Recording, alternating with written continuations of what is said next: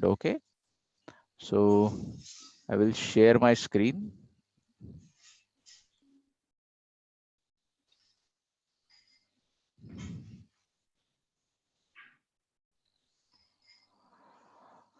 Okay, so our topic of today's discussion, Hindu short notes of the preceding week, right? So let's move to our first topic, right? Whatever questions you might be having, just note them. You can ask me at the end, or you can just mention them in the chat window whenever you remember them. Okay. So let's start with this.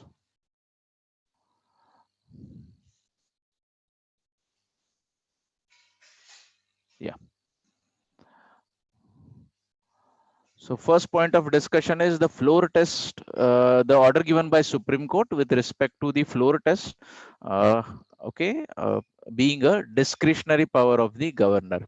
Now, this particular issue came forward because of the political scenario in Madhya Pradesh, right? You all must have witnessed it, that there was a change in the government in Madhya Pradesh in March, and few of the people from Congress, they went to the Supreme Court saying that the governor can't demand floor test whenever he wants. Okay, so while giving that judgment, the Supreme Court of India came up with a number of things. Okay, let's go into them in detail. So Supreme Court of India has held that governor can call for a floor test anytime. Okay, it is saying anytime he or she objectively feels that a government in power has lost the confidence of the house and is on a shaky ground. Okay, so there is no nothing which can avoid a governor from calling floor test of the house. Why? Because the basic principle of parliamentary democracy is the responsibility of the executive to the legislature. The executive should always enjoy a majority support of the legislature, and if at any time a doubt has been raised with respect to this majority support, the governor can call for floor test. Okay, that is what Supreme Court is saying. The Supreme Court held that a governor can call for a trust vote, that is a confidence motion, okay, if he or she has arrived at a prima facie opinion based on objective material that the incumbent state government has lost its majority. So anytime they can call for such a trust vote. However, while directing a trust vote, the governor should not favor a particular political party. Now, this is obvious, right? The governor's position is expected to be a neutral position. He shouldn't be favoring anyone, nor he should be acting against anyone. So that is what Supreme Court has explicitly mentioned in its judgment. Timing of a trust vote may tilt the balance towards the party possessing a majority at that time. Hence, the trust vote is directed. Okay, it is obvious. Okay, when suppose certain MLAs from one particular party are taking away their support from the earlier party and giving their support to another party, timing of this trust vote certainly becomes crucial. So the Supreme Court is clarifying that the governor should maintain neutrality while deciding even the timing of that floor test. The Supreme Court has clarified that governor's power of trust vote does not hamper any disqualification proceedings pending before the speaker. Now, see, in both the states we saw, in Karnataka also as well as in Madhya Pradesh also, uh, two things happened simultaneously. Okay, few members of the ruling dispensation, they resigned from their earlier parties and they gave their support to the opposition party, and that opposition party then claimed to form the government to the governor.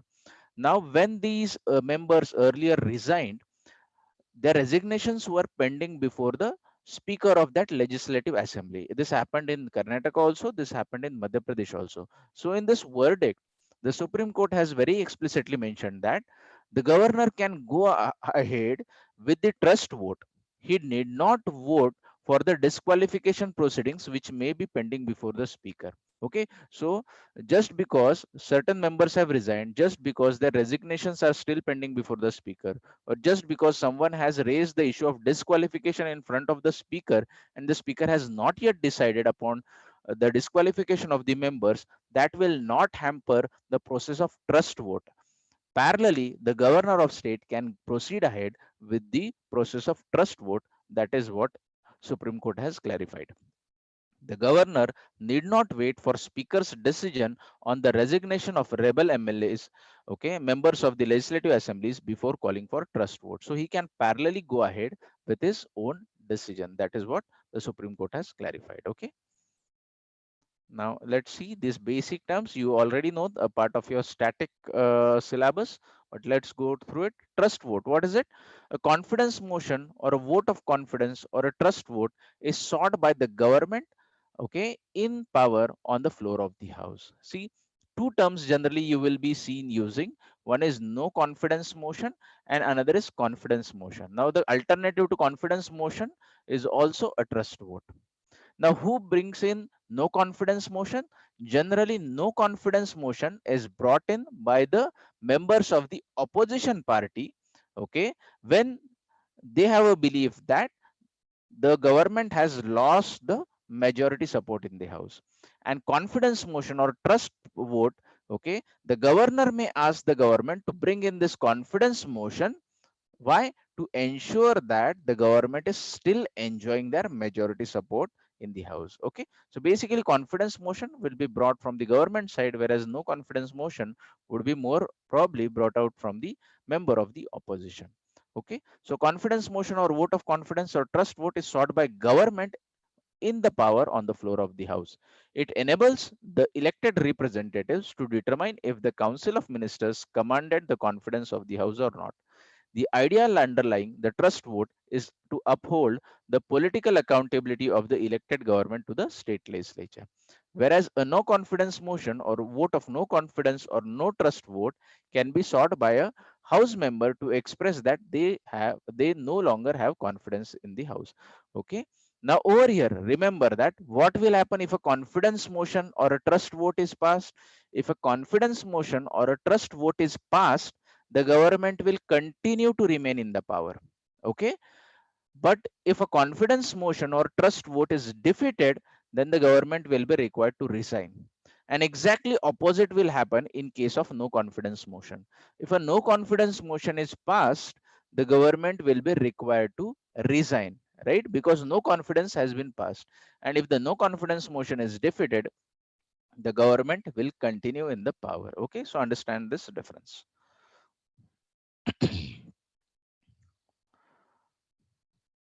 The floor test. Okay, since this particular aspect was also raised, what is floor test? Again, basics.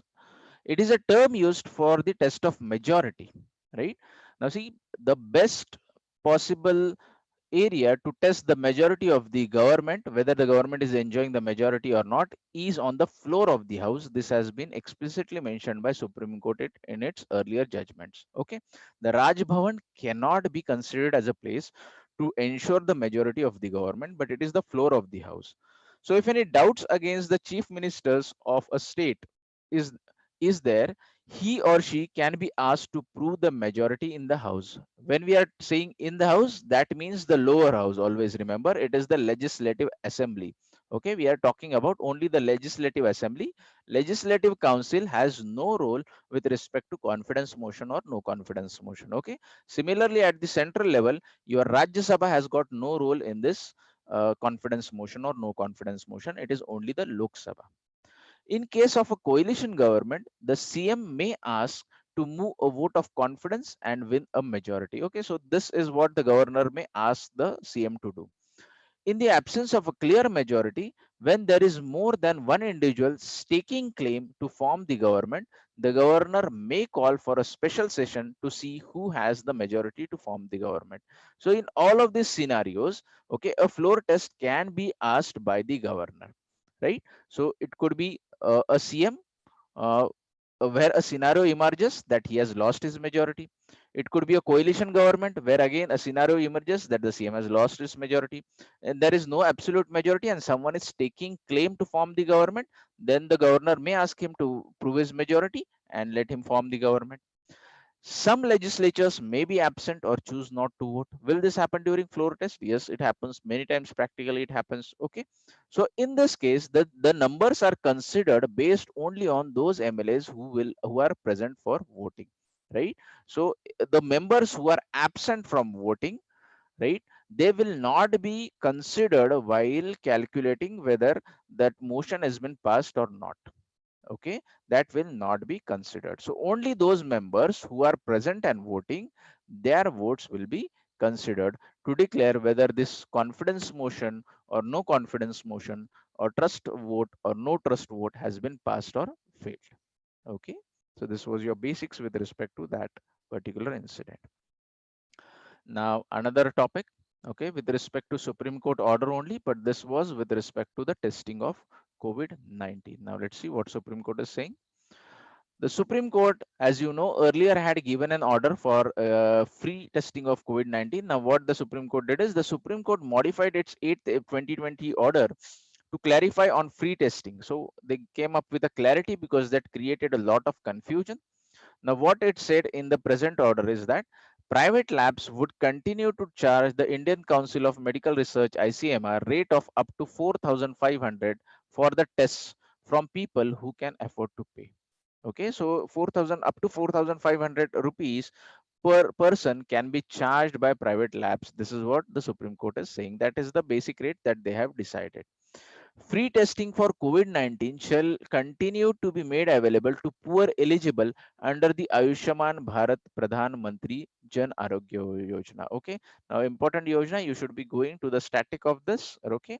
Ayushman Bharat Pradhan Mantri Jan Yojana. So, whoever are eligible according to this yojana, they will be getting absolutely free testing of COVID-19, even if the testing is done in the private labs. Free testing would also be made available to any other category of economically weaker sections of the society as notified by the government from time to time. Right. So, apart from the beneficiaries of Ayushman Bharat Pradhan Mantri Jan Arogya Yojana, if the government of India tomorrow comes out with another category of people who could be declared as beneficiaries for testing of COVID-19, again for them it will be free. The Supreme Court has directed the Ministry of Health and Family Welfare to identify the beneficiaries among the weaker sections of the society. So remember the ministry whom they have directed, it is the Ministry of Health and Family Welfare. Okay. So there could be a question with respect to this also. This includes workers belonging to low income groups in the informal sectors and beneficiaries of direct benefit transfer who can be made eligible for free testing. So these are just two sectors which they have indicated, but the government could classify anyone under this economically weaker sections according to some logical criteria, and they could be getting this benefit, right? It has also directed the ministry to issue appropriate guidelines within a particular time frame. Okay, that's okay. Now let's see some basic and important points about your Ayushman Bharat Pradhan Mantri Jan Yojana. The PMJ offers a sum insured of 5 lakhs per family for secondary care, which doesn't involve a super specialist, as a tertiary care, which involves a super specialist. One of the important things, 5 lakh rupees, it is not per individual, but it is per family divided into two parts. Secondary care means which is not involving a super specialist, and tertiary care means which is involving a super specialist. Okay, these are minor things. A question could be very nicely framed by using this particular things. It is an entitlement based scheme that targets the beneficiaries as identified by the latest socio-economic caste census data. Okay, that's fine. It's a fact. Once identified by the database, the beneficiary is considered insured and can walk into any of the empaneled hospitals. Okay, once you are declared a beneficiary in that, then you can go to any of the empaneled hospitals by the government and you can get your treatment. The money will be directly credited from the account of government to the account of that hospitals. Okay, that money won't be paid to that person, but it will be directly credited to the account of that hospitals. The insurance cost is shared by the center and state, mostly in the ratio of 60 to 40. So there is varying ratio, but mostly this is the ratio that is there. Okay, fine.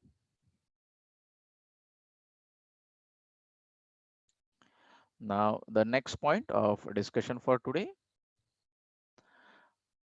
ICMR advises pool testing of COVID-19. Okay, that is in your Indian Council of Medical Research. It has advised this pool testing of COVID-19. Now let's see what is that. The Indian Council of Medical Research, ICMR, a premier institute in India, has or advise the feasibility of using pooled samples for molecular testing of COVID-19, citing the rises of cases in India. See, we have gone in for a very good lockdown, but still the cases are rising. Today's figure is something around 21K. Okay, we have already crossed this 21,000 mark. Okay, so certainly, in spite of the lockdown, the cases are increasing a lot. The advisory also states that it is important to increase the number of tests being done in the laboratories in India. Now let's see what is this pool testing. A pooled testing algorithm involves polymerase chain reaction (PCR) screening of a specimen pool comprising multiple individual patient specimens, followed by individual testing only if pool screens positive. Okay, so uh, this thing first you need to note over here that it consists of polymerase chain reaction (PCR) screening. Okay, this could be again one of the facts which could be used to frame a bit of a specimen pool comprising multiple individual patient specimens, followed by individual testings only if the pool screens positive. So you need to go for a pool testing, and if at all you find something positive in that, then you need to go in for a certain individual testing in that. Okay, some sort of different approach than what is followed world over is been suggested. As all the individual samples in a negative pool are regarded as negative, it results in a substantial cost savings when a large proportion of pool tests negative. This method is effective in two ways. First, it increases the capacity of testing, and second, it saves a lot of resources, time, cost, and manpower. Now, so it becomes very essential from India's point of view because already we are strained with respect to the resources, with respect to the money that we are having, with respect to different resources, kits, etc., medical equipments, which we are having to fight this COVID-19. Hence, this becomes a simpler thing for us. Okay, so pool testing is what has been suggested by them. Now, let's move to the report which has come out through IMF, World Economic Outlook. Let's see what it is saying.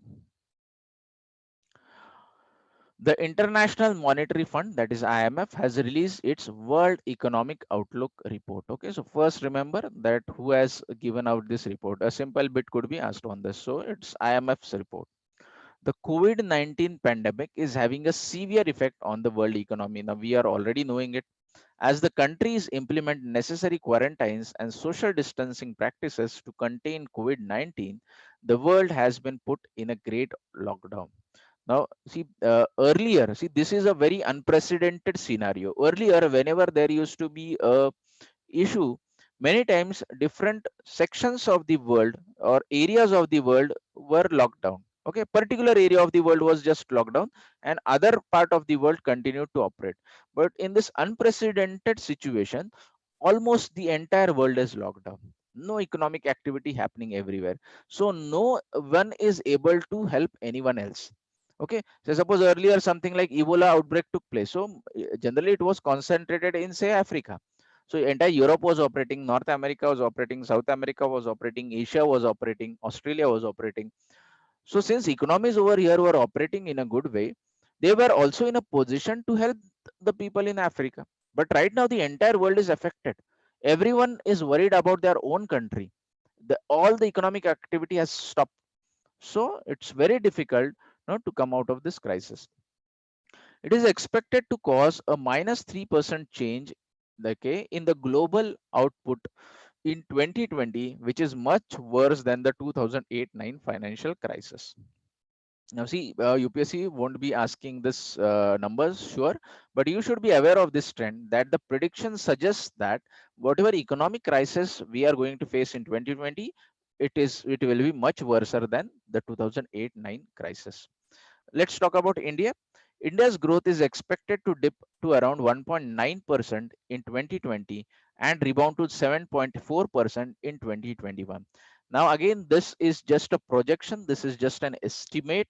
It could be worse than this, or it could be better than this also, depending upon how the COVID-19 situation unfolds. India's growth projection for 2020 is 3.9% less than what was projected for the country in January update to the WEO, okay, World Economic Outlook, while its rebound in 2021 is 0.9% higher than the January projections. Okay, just to give you that earlier predictions, they were still lessened in this newer predictions, okay, with respect to 2020 and slightly increased with respect to 2021. This is the important thing that you should be aware of, okay, over here, this part, the trend in India as well as the trend in the global outlook, that is what you should be aware of. Impact on global GDP. Now let's see the impact on global GDP. The cumulative loss to global GDP over 2020 and 2021 from the pandemic crisis could be around $9 trillion, greater than the economies of Japan and Germany combined. Just an comparative statement. Okay, so it's a huge loss up to $9 trillion. That is what again is estimated. It's not the actual cost. Okay, it's an estimate. Assuming that the pandemic fades in the second half of this year, with containment efforts gradually easing up, the world economy is projected to grow at 5.8% in 2020 as economic activity normalizes. Okay, so assuming that in the second half, that is after June, the cases of COVID-19 decrease. If this decrease happens, then we could see a growth of around 5.8% in 2020. That is what we are suggesting. That is what we means. Obviously, this IMF is suggesting. And if it does not recede, if it continues to increase, then perhaps the GDP would fall by an additional 3% in 2020. Okay, then further it would be reduced by 3%. That is what estimates are suggesting. Okay, so quite a big hit on the economic front for the entire world. Now let's move to this next topic of US halting its WHO funding. Okay, an important one. The United States has decided to cut off US payments to the World Health Organization WHO during the COVID-19 pandemic. Okay, the US has been alleging since the beginning only that China has not given out proper facts with respect to the origin of this COVID-19 virus, nor have they given proper facts with respect to the numbers of the virus affected patients and deaths over there. Similarly, it has kept on alleging that WHO was favoring China, perhaps, or guarding China's interest, and hence, no, it took such decisions due to which this COVID-19 spread throughout the world. And in accordance to that stand only, they have further stopped their funding to the WHO. Reasons. So what is the reasons given by them? The US has accused the WHO for failing to curb the early spread of coronavirus. Okay, now yes, if you see actually the graph, you will see that the graph of the world has spiked after Feb mid. Okay, so had this been declared a pandemic quite earlier, somewhere in January, etc., perhaps now again we can just go back and say these things. Perhaps the cases in the world would have been very less. Okay, it has been claimed by US that the outbreak could have been contained at its source and lives could have been saved if United Nations Health Agency, that is WHO, had done a better job. So directly they are attacking the credibility of WHO. Okay. The US has criticized the WHO for being China centric and has alleged that earlier WHO had criticized US bans on travel from and to China. Okay, so this issue also they brought that before declaring this COVID-19 situation as pandemic, before that only, US had banned travel to and from China, which was criticized by WHO. Now, taking that thread further, they said that this is a China centric behavior which was exhibited by WHO. Now, this comes when global case load approaches 2 million. Now, this is I mean, this is data has been sourced from Hindu, which was 7 days back. So obviously, right now, we all know it's already crossed 2 million, right? In fact, we have crossed 2.5 million. Today, it's more than 25 lakhs, if I'm not correct, if I'm not wrong. So already it has crossed that much, okay, including 1 lakh deaths. The US has seen the most cases, again over 6 lakhs. This has increased greater than 8 lakhs right now.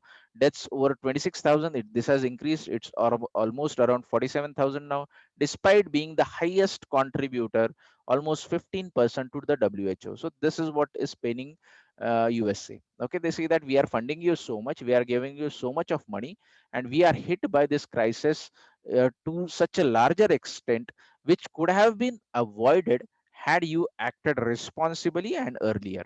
Okay, that is what their allegation is. However, US has made it clear that it would continue to engage with WHO in pursuit of meaningful reform. So it's just a diplomatic statement. Okay, they would continue. Now, there is a criticism of this US stand.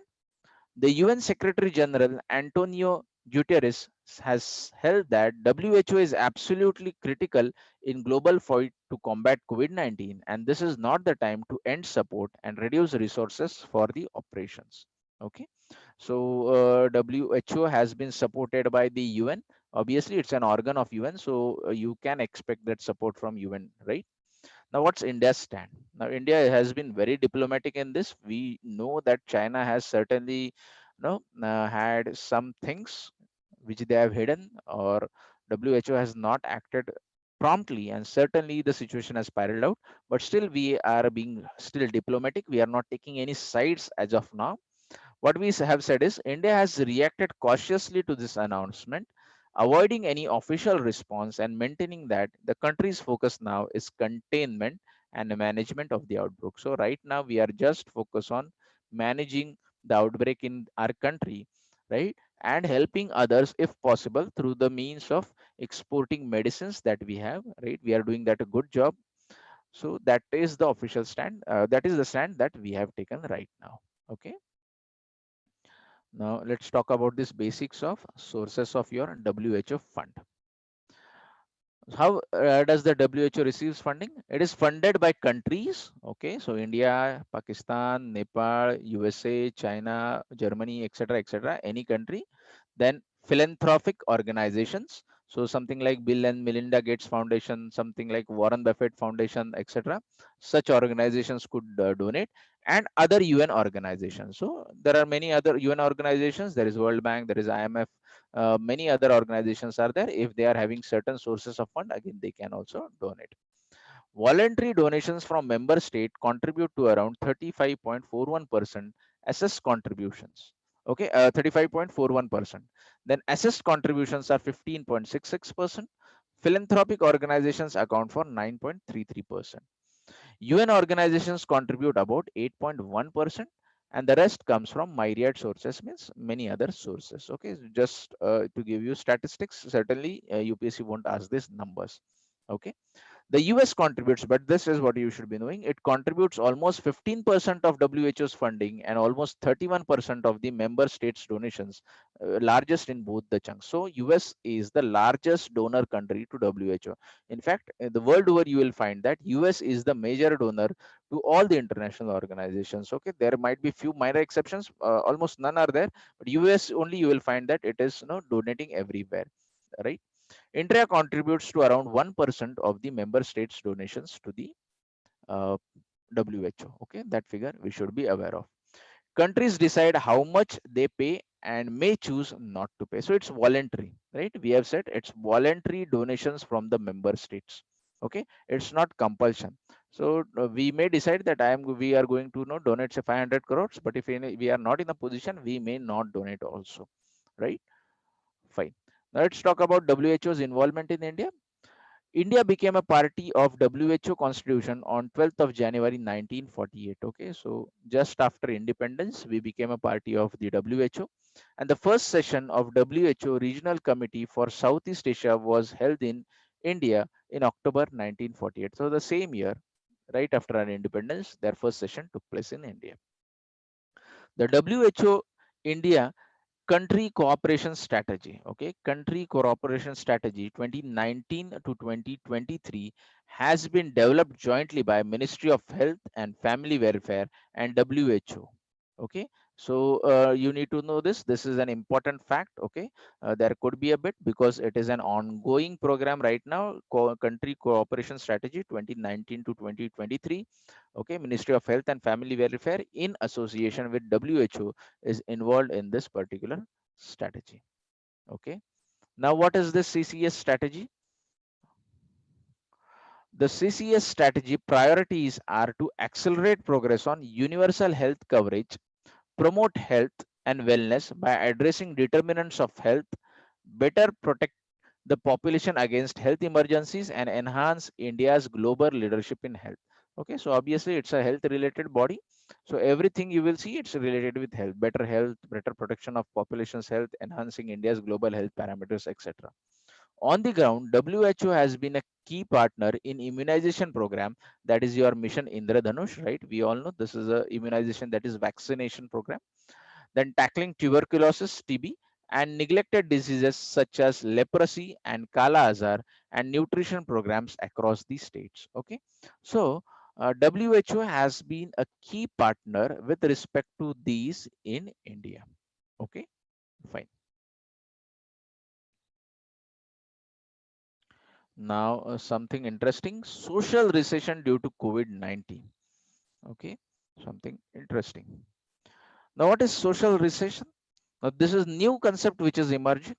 So, social recession due to social means what? The context that we have socially. Now, apart from economic recession, it is being observed that there is also social recession which is happening in India. Okay, not only in India, sorry, the world over. Okay, it's happening world over. So, what is social recession? It is collapse in the social context, right? We are all are locked down in our homes, so no meeting with the friends, no meeting with the relatives, no going to the office, no meeting with the colleagues, maybe in the institution or your office, etc. Right? Whatever context we are having it virtually. Okay, and that too also are limited, right? We can't be in contact virtually the way we used to be in contact physically, right? Physically almost entire day you used to spend with your colleagues, friends, etc. Virtually we can at the most come together for say hour or so, right? Just after a few weeks, now this topic, I don't know how its relevance from your prelims point of view, but this is important from your point of view when you are studying, hence I have mentioned over here. Just after a few weeks of social distancing and self isolation because of COVID 19, we have noticed the decline in our social interactions and might have felt the change in our mental and physical health. This is happening to everyone, right? Less number of communication with colleagues, friends, relatives, etc. The way we used to have normally is certainly taking toll on few individuals, certainly not all, because if you are exercising proper, if you are meditating proper, if you are getting involved yourself in some work every now and then perhaps you won't be disturbed by this. But if you are just sitting idle, just watching the TV, just looking for the numbers of increase in the patients, okay, then perhaps you are under a lot of stress. Okay, and that is creating some mental issues as well as physical, because we are at our home, we are getting a lot of things to eat, right? We are just eating and we are just sitting ideal, we are not exercising, right? Movement outside is not allowed, so leave aside jogging, leave aside swimming, leave aside physical activities in the gym. But many of us are not even doing some basic exercise in our home also, so mentally as well as physically it's a challenging environment. Possible impact of social recession. What could be the possible impact? It's flight or fight model response, which is the basic animal instinct of everyone, right? We humans are also animals. Human beings thrive on social engagements and are wired to stay connected, right? We always have heard the sentence since our childhood that human beings are social beings. We like to interact with our fellow beings. When these connections are threatened or unavailable, the nervous system may get out of order, and many negative effects on the body could follow. Okay, now this is not necessary that it will happen with everyone. As I said, if you remain engaged in something, if you meditate properly, if you exercise properly, right, if you have certain virtual contact with your friends, colleagues for some few minutes per day, certainly you won't be facing these issues. But if you are just isolated, not talking with anyone, not involved in any activity, just seeing the TV, just eating, no physical exercise at home, perhaps you will be impacted negatively. Both loneliness, the feeling of being alone, and social isolation, physical state of being alone, can trigger a cascade of stress hormones that produce physiological changes like increased heart rate, increased muscle tension, thickening of blood. Together, these physiological changes are called the fight or flight response. Okay, fight or flight response. In response to stress, the body's sympathetic nervous system is activated and it stimulates the adrenal glands, triggering the release of adrenaline and noradrenaline. Okay, so remember these two names, adrenaline and noradrenaline. There could be a question with respect to this, okay, saying that which are the hormones which could be, whose secretion could be triggered due to, say, heavy pressure created by your, stress, mental stress or physical stress, etc. So you have this answer over here, but this I think is more important from your point of view while you are studying at your home. Okay, now let's see the further part of this. These hormones, together with the direct action of autonomic nerves, cause the heart to beat faster, respiration rate to increase, blood vessels in the arms and legs to dilate, digestive process to change, and glucose levels, that is sugar energy, in the bloodstream to increase to deal with the emergency.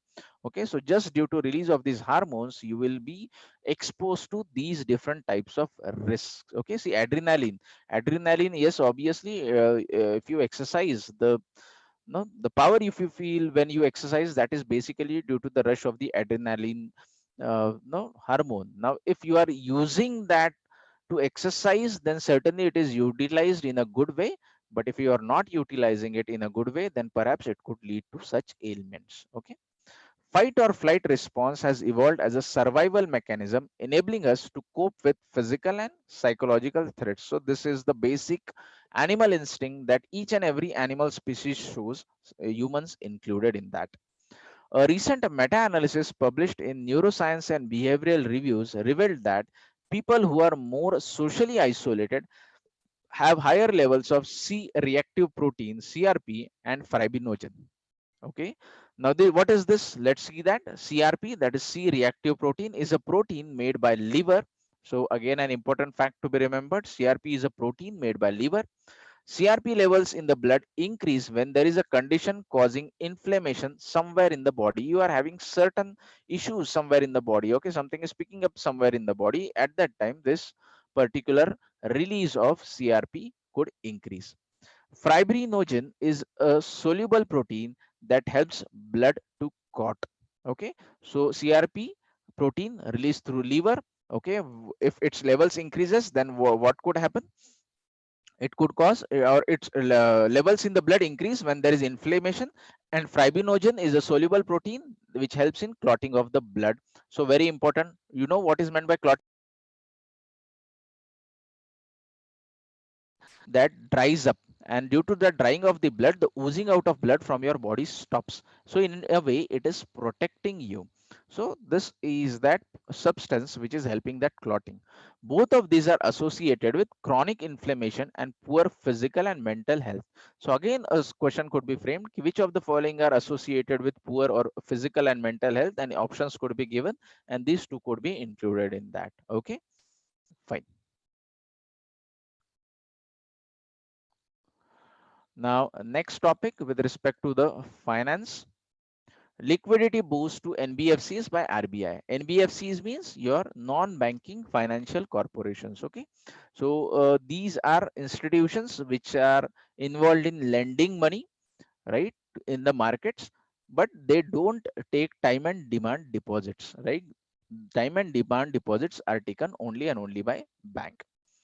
So, the Reserve Bank of India has announced a host of measures to provide liquidity support to non-banking financial companies, that is NBFCs, apart from giving them certain benefits for loans extended to commercial sector banks. See, last time also we saw in our discussion that this RBI has given or has, changed the repo rate and other rates so that liquidity can be infused into the banks. Okay, now changing this repo rate or this CLR or SLR, etc., that is going to impact the banks because that is related with the banking activities who are involved in taking time and demand deposits. Now, NBFCs are not. Okay, so for them, they have came up with this different measures. So the RBI would conduct something called as targeted long-term repo operations. Okay, TL TRO 2.0, targeted long-term repo operations. Remember this phrase? For an aggregate amount of around 50,000 crores in installments of appropriate sizes. Now, what is this targeted long-term repo operations? Let's see this. Now, it is a tool that lets banks borrow LTR. Okay, long-term repo operation is a tool that lets banks borrow 1 to 3 year funds from RBI at the repo rate by providing government securities with similar or higher tenure as collateral. So normally your repo rate or reverse repo rate is operated for a very short duration, right? That is overnight. But this long-term repo operations, okay, LTRO is a tool allowing the banks, okay, to take that loans for almost 1 to 3 years at the repo rate. Okay, so it's long term. It's not fortnight. It's not just overnight, but it's long term, right? Now it is called as targeted LTRO. As in this case, the RBI wants banks opting for funds under this option to be specifically invested in investment graded bonds. So now what RBI is doing is, see, understand three concepts. One is your repo rate, reverse repo rate. Repo rate, reverse repo rate, you know, either bank is borrowing from RBI or RBI is borrowing from bank for a short term duration. Okay, generally a fortnight or 1 day. Now long-term repo rate means the bank is borrowing from RBI for a long-term duration, generally 1 year or 3 year. Now, third term, targeted long-term repo operations means the banks are borrowing from RBI for long-term duration with a specific aim of transferring those funds to some targeted areas. Okay, and in this case, the targeted areas are the non-banking financial corporations. Okay, so it is a targeted LTRO. As in this case, the RBI wants banks opting for funds under these options to be specifically invested in investment grade bonds. Now, what are those?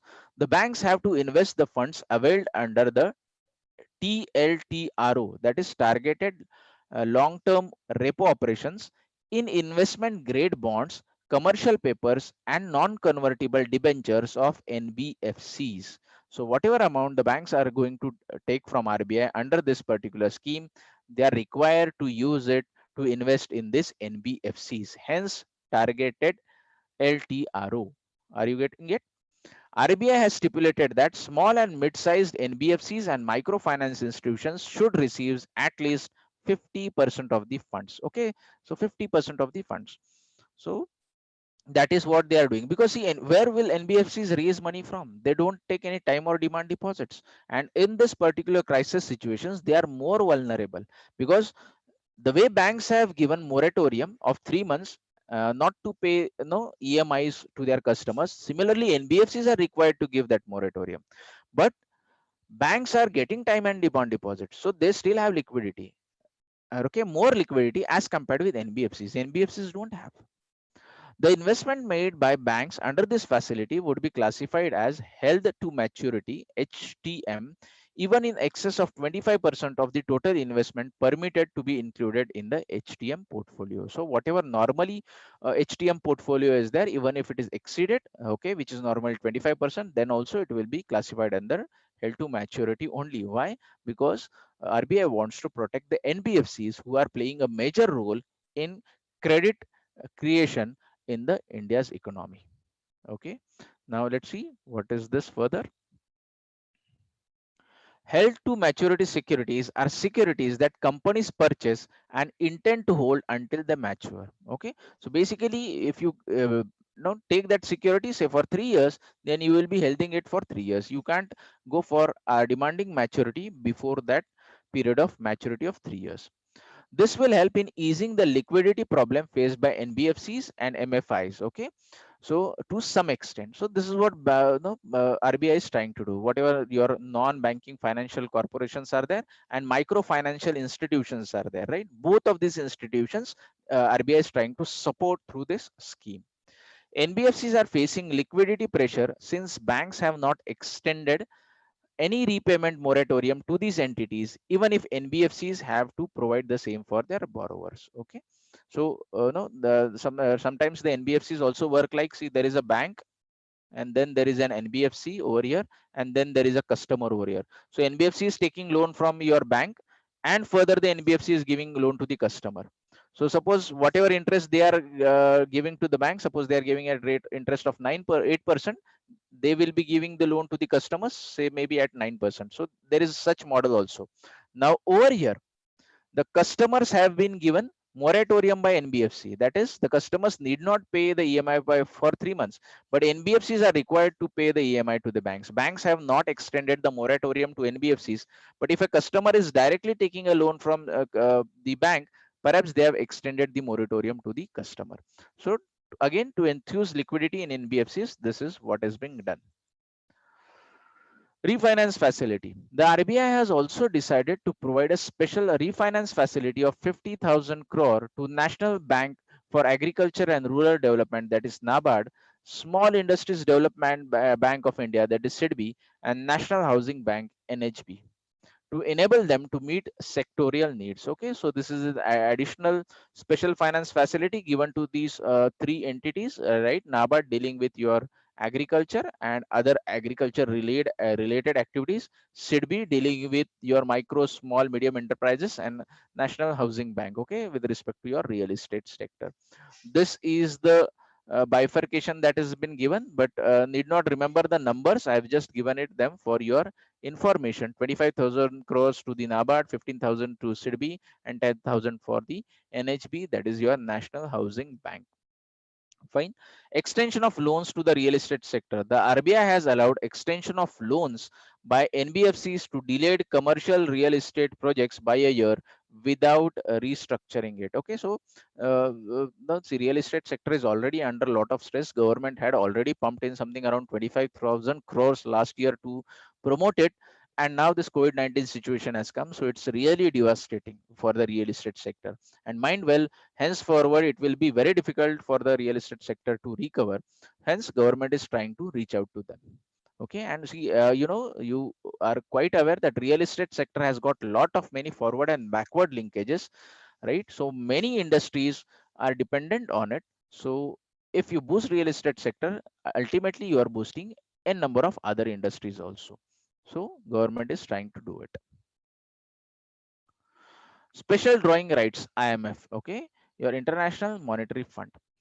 Now, the Finance Minister of India has opposed a general allocation of new special drawing rights, SDRs, by International Monetary Fund because it might not be effective in easing the COVID-19 driven financial pressures. Now, this IMF has come up with a scheme in which they are trying to enhance this SDRs, right? Now, SDRs are nothing but they are just virtual, which can be converted into certain currencies, which can be used by different nations. That is that idea. But our finance minister has opposed it. Let's see what's the logic. The finance minister was concerned that such a major liquidity injection could produce potentially costly side effects if countries use the funds for irrelevant purposes. So the concern that our finance minister, India's finance minister, has raised is, okay, it's good that IMF is increasing this SDRs for everyone, okay, for tackling the COVID-19 situation. But what if nations take this fund and they use it for some other purpose other than tackling COVID-19? Who is going to take the responsibility about that? So that was the concern that was raised. The new SDR allocation will provide all 189 members with new foreign exchange reserves with no conditions. Okay, so once enhanced, they will give you new foreign exchange reserves because your SDRs, that is special drawing rights, can be converted into foreign currencies. Okay, US dollars, etc. So they will give a lot of money in the hands of the nations. The SDR is neither a currency nor a claim on the IMF. Rather, it is a potential claim on the freely usable currencies of IMF members. SDRs can be exchanged for these currencies. Okay, so it's just a quota system which is operating at the IMF, right? It is not a currency in itself, but whatever quota you are having, that quota you can convert into a currency which is traded at the international level, and that currency you can utilize for your own country's benefit. The SDR serves as the unit of account of the IMF and some other international organizations. Okay, the currency value of SDR is determined by summing the values in US dollars based on market exchange rates of a SDR basket of the currencies. Okay, so whatever the value of your US dollars is there, depending upon the basket of SDR currencies, right, that will determine the value of your current SDR. Now let's see what are the different currencies which are involved in this SDR basket. So the SDR basket of currencies includes US dollars, euro, Japanese yen, pound sterling, and Chinese renminbi, which was recently included in 2016. Okay, so five different currencies of the world form the SDR basket of IMF. Okay, US dollar, euro, Japanese yen, pound sterling, that is of UK, and Chinese renminbi. The SDR currency value is calculated daily except on IMF holidays or whenever the IMF is closed for business, and the valuation basket is reviewed and adjusted every 5 years. Okay. So every day they will be calculating its SDR currency's value, and valuation basket means what currency should be included in this particular basket. Okay. A decision with respect to that is taken after every 5 years. Quota, that is the amount contributed to the IMF of a country, is denominated or expressed in SDRs. Members' voting power is related directly to their quotas. Okay, so whatever money is contributed by different nations to IMF for the functioning of the IMF, for different programs of IMF, okay, that is also denominated or expressed in the SDRs, as well as the voting rights that a country enjoys during different decisions of your IMF. Okay, they are also directly related to their SDRs. Okay, so higher SDR you are having at IMF, more voting rights you will be having at IMF, right? India's foreign exchange reserves also incorporate SDR. So whenever we calculate our foreign exchange reserves, okay, we also add the value of SDR that we are having at the IMF in that value of foreign exchange reserves. Okay, fine. Now, next topic with respect to World Heritage Day. Now, every year, 18th of April is celebrated as the International Day for Monuments and Sites, or the World Heritage Day. Okay, recently you all must have witnessed that uh, through social media platforms, obviously. The International Council on Monuments and Sites, ICOMOS, okay, it was established in 1982, and the United Nations Education, Scientific and Cultural Organization approved it in 1983. Okay, so this particular body, ICOMOS, it is responsible for this International Day of Monument Sites, etc. Since then, it has been a day to celebrate and promote cultural heritage and an opportunity to raise awareness about its diversity, its relevance, how vulnerable it can be, and what needs and benefits of its conservation are. Theme for 2020 is shared cultures, shared heritage, shared responsibility. Okay. Now it is an important expression of global unity in the face of ongoing worldwide health crisis, that is COVID-19 pandemic. Okay, so these were just general things. We'll go to more specific things in this next slide and the further one also. International Council on Monuments and Sites. It is a global non-governmental organization associated with UNESCO. Okay, so you need to know this very specifically. Its mission is to promote the conservation, protection, use, and enhancement of monuments, building complexes, and sites. It is an advisory body to the World Heritage Committee for implementation of World Heritage Convention of UNESCO. Okay, your International Council on Monuments and Sites, it acts as an advisory body. Okay, as such, it reviews the nomination of cultural world heritage and ensures the conservation status of the properties. So since it's an advisory role, it is going through this reviewing of the nominations, etc.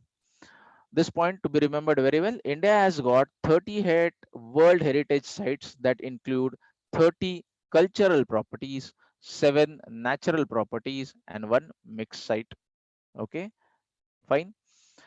Its creation in 1965 is the logical outcome of initial conversations between architects, historians, and international experts that began in the early 20th century that materialized in the adaptation of Venice Charter 1964. Okay, just for your information, this is an important thing. 30 cultural properties, 7 natural properties, and 1 mixed site that is present in India. Okay.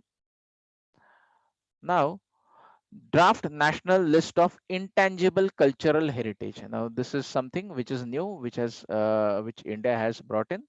The Ministry of Culture has launched the draft national list of intangible cultural heritage (ICH) of India.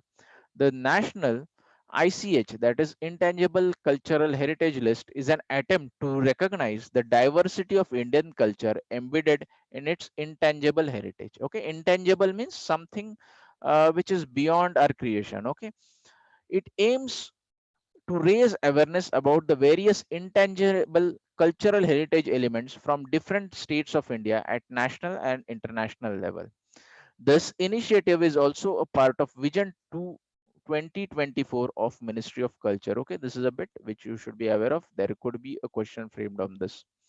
The list has more than 100 elements, which also includes 13 elements recognized by United Nations Education, Scientific and Cultural Organization UNESCO as intangible cultural heritage of humanity.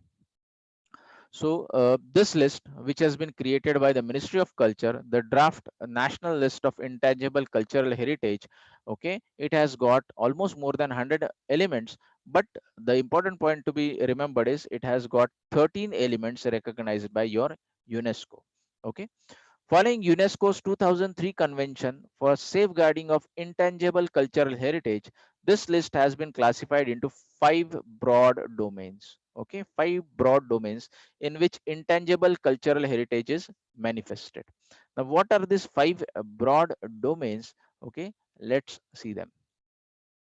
So, these are the 5 broad domains into which these sites have been classified. Okay. Oral traditions and expressions, including language as a vehicle of intangible cultural heritage. Okay, so oral traditions and expressions, this is one domain. Then performing arts, right? That is what your dances etc are there. Performing arts, you art which you can perform. Then social practices, rituals and festive events. Okay, what your practices, you are having rituals, you are having home havan etc and festive events. Okay, the way you celebrate your different festivities. Okay, that is another thing. Knowledge and practices concerning nature and the universe. So see, there is a traditional knowledge with respect to nature that we do have. Okay, we do have concerns for environment in our traditional wisdom also. So that is again the fourth domain that they have classified into. And traditional craftsmanship. Okay, so whatever art, craftsmanship means actually art of making certain things. So that has been classified into the fifth domain. Now, Kerala's martial art from Kalariyapattayu and the practice of making designs at the entrance of homes and temples called as Kolam in Kerala, Andhra Pradesh, Tamil Nadu, and Andhra Pradesh are included in the draft list. Now, this was specifically mentioned in the article of Hindu, so you should be also aware of this. Okay, Kerala's martial art, okay, from this particular place, Kalariyapattayu, right? And this practice of making designs at the entrance of homes, temples, etc., called as kolam in Kerala, Andhra Pradesh, etc., they are included. Since it was specifically mentioned in the article of Hindu, we should be aware of that. There could be a question. The present items in this list have been collated from projects sanctioned under the scheme for safeguarding the intangible cultural heritage and diverse cultural traditions of India, formulated by Ministry of Culture in 2013. Okay, so nothing no, specific to be remembered in that particular sentence. Now, this is an important slide. You should be aware of all of these 13 things that have been highlighted over here. 13 ICH traditions recognized by UNESCO. Okay, so these are the 13 things given in this particular table which have been recognized by UNESCO. So you should be aware of that. What are they? One is tradition of Vedic chanting, which was recognized in 2008.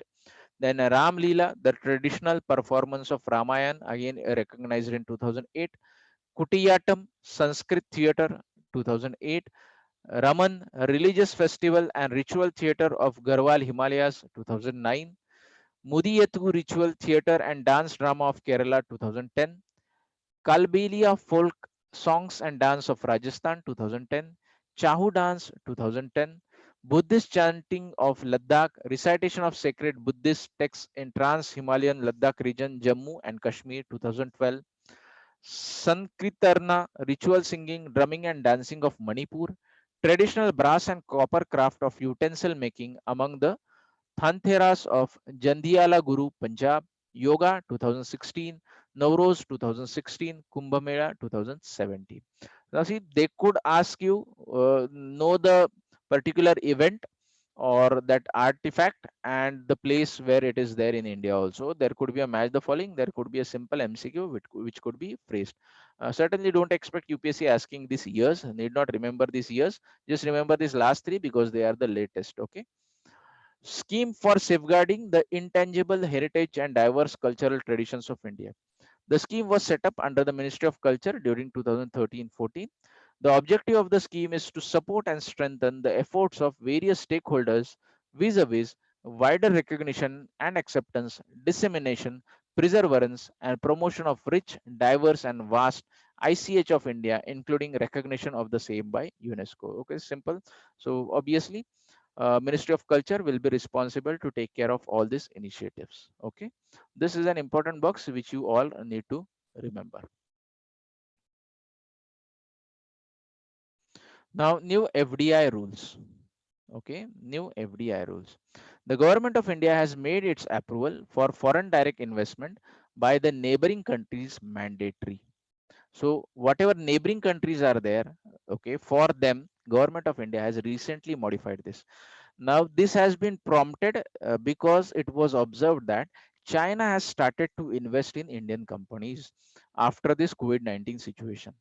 Last month, they took something around 1% shares of HDFC. The Chinese bank took over almost 1% shares of HDFC, one of the biggest private sector players in India. So Indian government was alarmed. See, China world over is now trying to take the advantage of this COVID-19 situation. Since they have controlled the coronavirus in their country, their industries over there have started their operations again, but the entire world has stopped. So different industries world over are facing a lot of liquidity problems. Now Chinese companies are not trying to take advantage of this by no, purchasing a lot number of shares world over. So they are trying to do it in India also. Now we have come up with a policy which is trying to restrict that. Now, what is foreign direct investment? FDI is an investment from a party in one country into a business or corporation in another country with the intention of establishing a lasting interest. Lasting interest differentiates FDI from portfolio investments where investors passively hold securities from foreign countries. Okay, so a part of your static economy, FDI, basically foreign direct investment, is an investment in directly the plant and machinery of a particular company. Okay, whereas your portfolio investment is the investment in the shares of that company generally.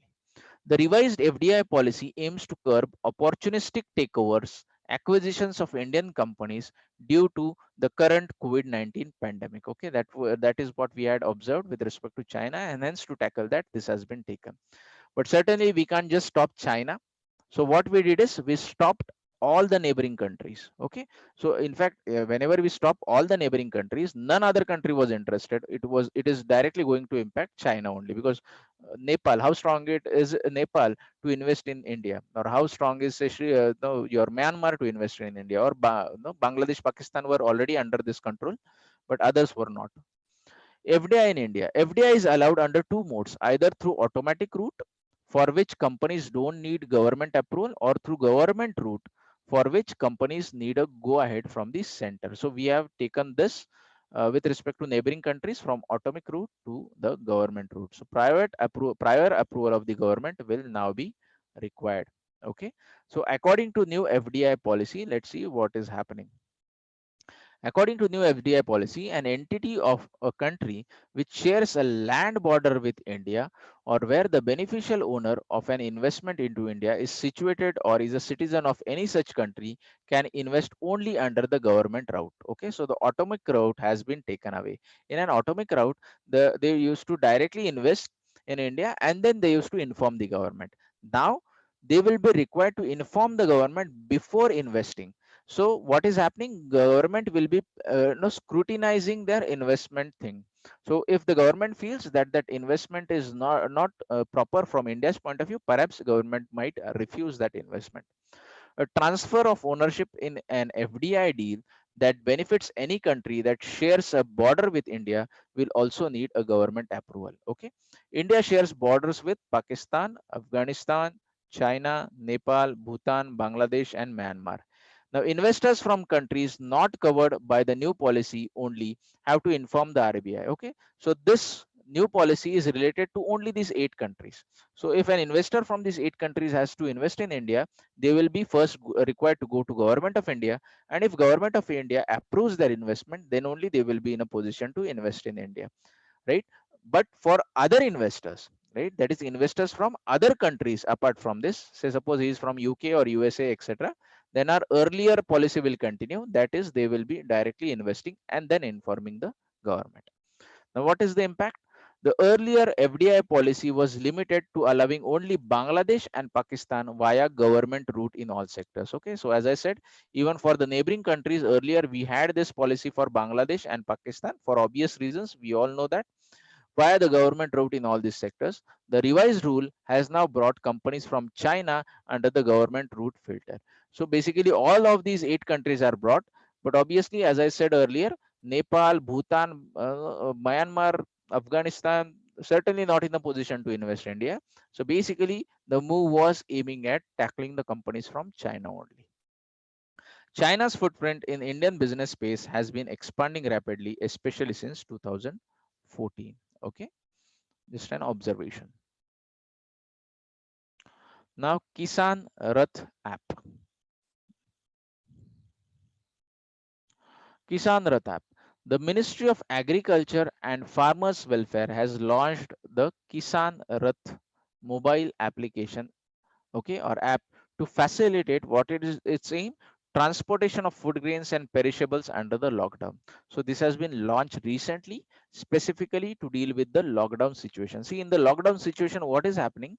On one end, there is a lot of produce which is produced by the farmers, and there is no one to procure that produce. So farmers are facing problem in selling whatever plants, vegetables, fruits they have grown, right? And since all of these are perishable items, they are required to just throw it away. So farmers are facing huge losses on one side, and on the another side, people in the cities are not getting vegetables, fruits, etc. at affordable prices. The prices have skyrocketed. Okay, so why this is happening? Because due to this lockdown scenario, the supply chain has got disturbed. So this Kisan Rath mobile application, through medium of this, the government is trying to build this supply chain. This application has been developed by National Informatics Cell (NIC). Again, a bit you should be aware of, backed by Ministry of Electronics and Information Technology. See, who has launched this app? It is the Ministry of Agriculture and Farmers Welfare. But who is involved in making this app? It's Ministry of Electronics and IT. Okay, so be crystal clear about it. Along with obviously NIC. It will be available in 8 languages initially, okay, including English and Hindi. Obviously, they will include other Indian languages step by step. The app is expected to connect farmers and traders to a network of more than 5 lakh trucks and 20,000 tractors. What is its aim? It is meant to help farmers and traders who are searching for vehicles to move their produce. Okay, so basically, as I said, the supply chain has got disturbed, and this app is trying to develop that supply chain. The primary transport from the farm to mandis, local warehouses, or the collection centers of the farmer produce organizations. Okay, so this is one of them aim. Secondary transport. So primary transport from whom? Obviously from farms to the mandis, warehouses. So where no you can create a stock of these items. And then secondary transport from these local mandis to intra roads, interstate mandis, processing units, or wholesalers. Okay, so first from farmers to the stock marketers, sorry, wholesale marketers, and then from wholesale marketers to the interiors. The government has granted a relaxation in the nationwide lockdown for activities related to agriculture, farming, and allied activities with a view to address the problems being faced by the farming community. Okay, yes, they have been brought under your essential services. Okay, it's not only there to address the problems faced by the farmers, but also to address the problems faced by the common citizens, because farmers are producing, but who is consuming them? All the people are consuming. So if people are not getting proper vegetables, food items, it will be difficult for them to survive, right? So it's a problem of farmers as well as other citizens also, right?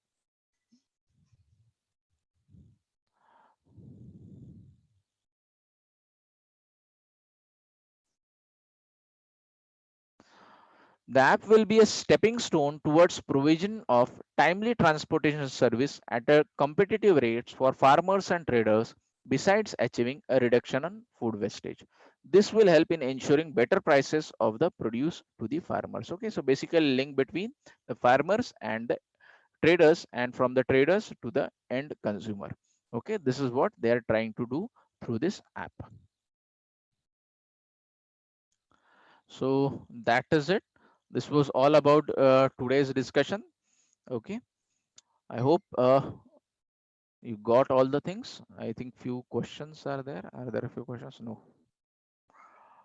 Fine. So now if you have any questions, please do raise your hand so that I can allow you to talk and you can ask your question. I see a hand raised by Basavraj. Okay, so Basavraj, you can go ahead. You can ask your question. You need to unmute your setting and then you can ask your question. You can ask your question in Marathi, Hindi, English, any language you want. Sir, can you get this PPT slides? Yes, yes. In fact, we are forwarding it to everyone. Uh, Fine. Can you just send your number into the chat? I will add your number to everyone. Okay, sir. Thank Okay, you, sir. everyone do send your numbers who will be interested in these PPTs. We will be sending, or you can also go to our website. No, it's not on the website. Fine, you send your number on the chat. All of you who want it, no, send your numbers on the private chat. I will ask, no, our teams to share the PPTs with you. Any other question?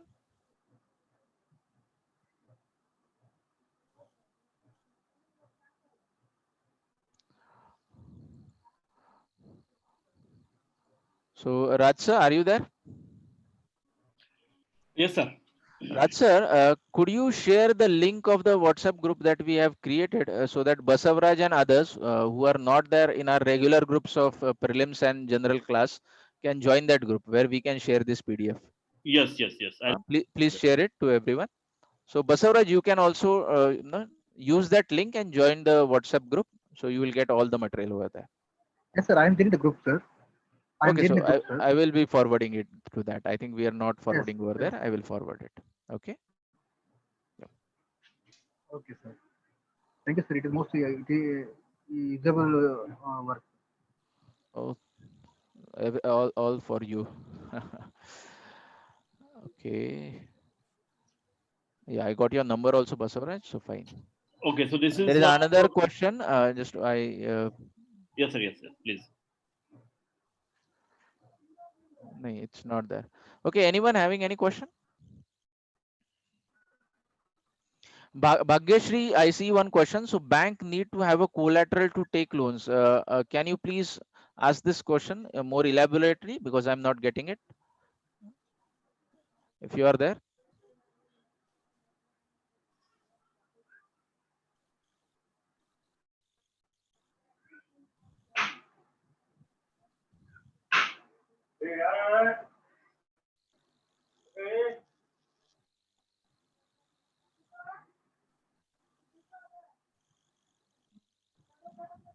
You can unmute and speak.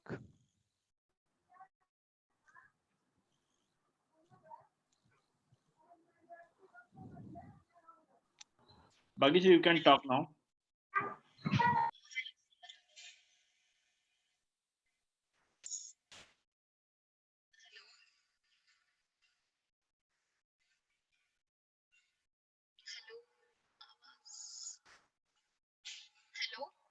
Yeah, Bhageshri, go ahead. Sir doubt असा आहे की suppose banks loan घेत असतील long term साठी तर collateral वगैरे ठेवण्याची गरज आहे का म्हणजे for 1 to 3 years NBFCs La.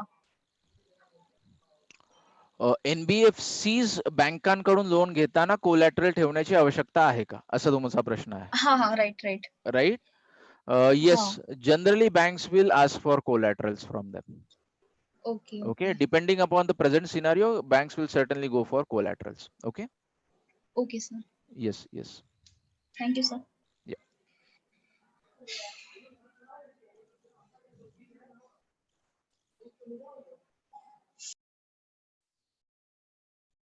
Okay, so no one else is having any questions, so I think we should stop. Raj sir, okay? Yes, sir. Fine. So fine, everyone. Take Yes. proper care of yourself in this situation. Study well, right? We will be again meeting on next Thursday for our discussion on current. And on Sunday, we are having this test of science and technology. All of you can go to our website, www.upscwala.com, download the test. And this Sunday's test discussion, it's science and test technology, that would be uploaded. The discussion video would be recorded by Jayendra sir, and it would be uploaded on our YouTube channel, Kukan's Wisdom Academy. Okay, so you can go and view that afterwards, right? I won't be taking this discussion this time. We will be again meeting for our current discussion on next Thursday, that is 30th, and we will be meeting for our live test series discussion of economics on next Sunday. That is, I think, 3rd of May, if I am not wrong. Okay, at 3 p.m. Yes, sir. And I think tomorrow also we are meeting for newcomers series. Those who are, the newcomers in this group can join tomorrow also at 7 p.m. Yeah, you can join, or if you are not a newcomer, do recommend to newcomers whom you might be knowing to join this series. Okay, for the newcomers, you need not join. Okay, who are already preparing, because you are aware of these things. Fine. Okay, then allow me to take leave. Fine. Thank you, Raj sir. Thank you, all Yeah. of you. Thank you. Thank you all. Thank you. Bye bye.